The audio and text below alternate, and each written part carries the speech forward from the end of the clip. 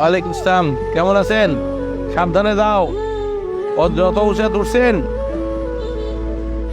আব্বা মারা যাওয়ার পর সত্যিকার অর্থেই আমার তো জীবনের সব থেকে বড় শক্তি ছিল দাদি।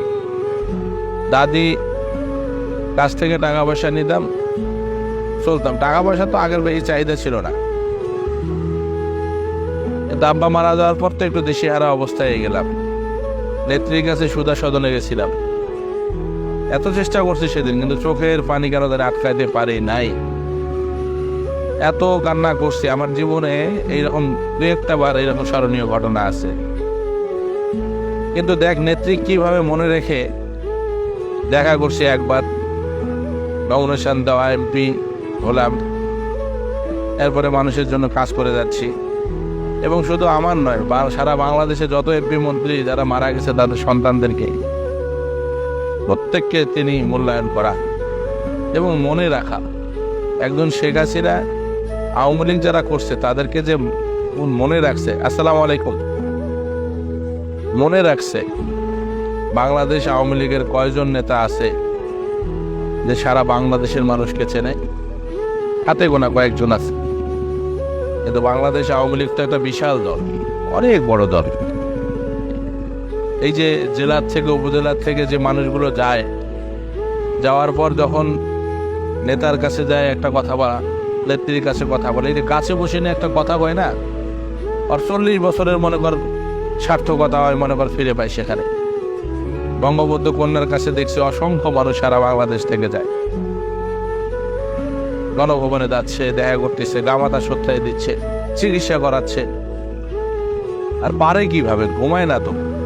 আমার কাছে মনে হয় যে মানুষটা বোধহয় মানে রোবটের মতন।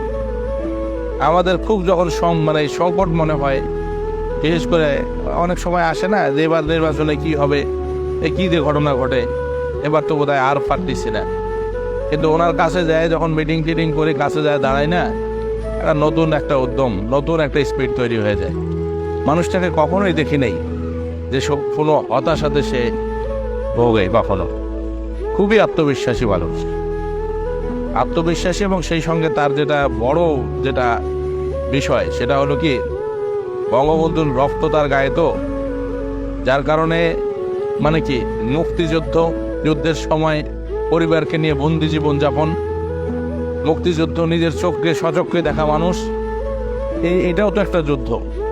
যুদ্ধের সময় বন্দি অবস্থায় থাকা, এটাও একটা যুদ্ধের, মানে যে কোনো সময় তাদেরকে মারার জন্য তো কয়েকবার অ্যাটেম্প নিচ্ছে, যে কোনো সময় হত্যার একটা কিন্তু ওই যে মরতে মরতে বেঁচে থাকা মানুষটা বাংলাদেশের এই সমস্ত মানুষের দায়িত্ব নিয়ে দেখ কিভাবে। মৃত্যুর চেয়ে একজন জীবিত মানুষের কাছে ভয়ঙ্কর জিনিস আর কিছু নাই। সেই মৃত্যুর মুখ থেকে একবার নয়, অনেকবার ফিরে এসেও যে মানুষটা বাংলাদেশের সমৃদ্ধির জন্য কাজ করে। আমি শুধু অবাক হই একটাই কারণে, আমার মনে আক্ষেপ নাই, কষ্ট নাই, কিছু নাই।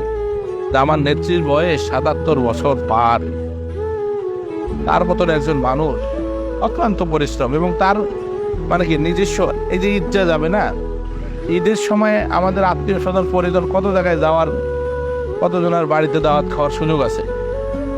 শেখ হাসিনার কি আছে বলতো দেখি? শেখ হাসিনার কি আছে? শেখ হাসিনার ওই বাবুর্চিরা রান্না করে, মাঝে মধ্যে হয়তো বোন আসে, বেড়াবেড়ি আসে, এই পর্যন্ত। কিন্তু তার তো একটা স্বাধীনতা। এদেশের মানুষের জন্য যেভাবে 1971 সালে বঙ্গবন্ধু পরিবার কারাবরণ করছিল, জোহার, ভালো আছে, এখনো দেখ বন্দি জীবন যাপন করে সব সময়। এত প্রোটোকল, এত কিছু মানুষজনের মধ্যে। ওই জন্য মাঝে মাঝে খুব ইচ্ছা হয় টুকটাক মাছ টাছ, ফল টল এগুলো পাঠার চেষ্টা করি। কিন্তু জানি না নেত্রী খায় কিনা। আমার মনে হয় যে অবশ্যই হয়তো বা 2-1 টুকরাও যদি খায়। বাজারে গেলে উনি কই মাছ পছন্দ করে, বড় কই লক্ষ্য রাখি সবসময়, যে বিলের কই মাছ পাইলে আওয়ামী লীগের অনেক নেতা বা তোদের মধ্যে একটা অসন্তুষ্টির কাজ করে না, যে জীবনটাই বোধহয় শেষ হয়ে গেল, কি পাইলাম কি হারালাম।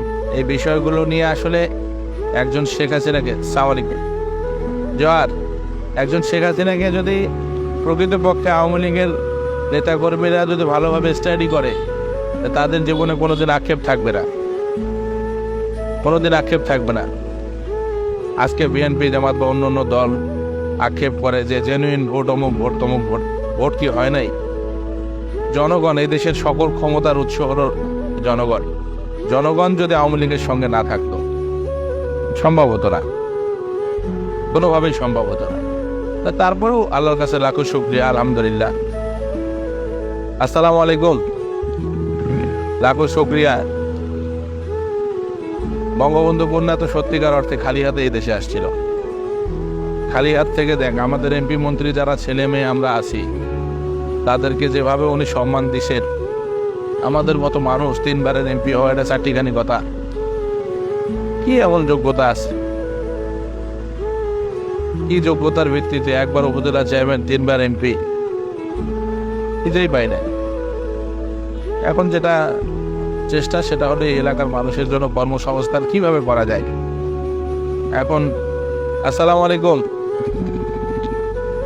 প্রধানমন্ত্রীর কাছে তো সব কথা বলা যায় না, কারণ ওখানে অনেক কথা নিয়ে যাই, বলতে চাই, কিন্তু দেখা গেল যে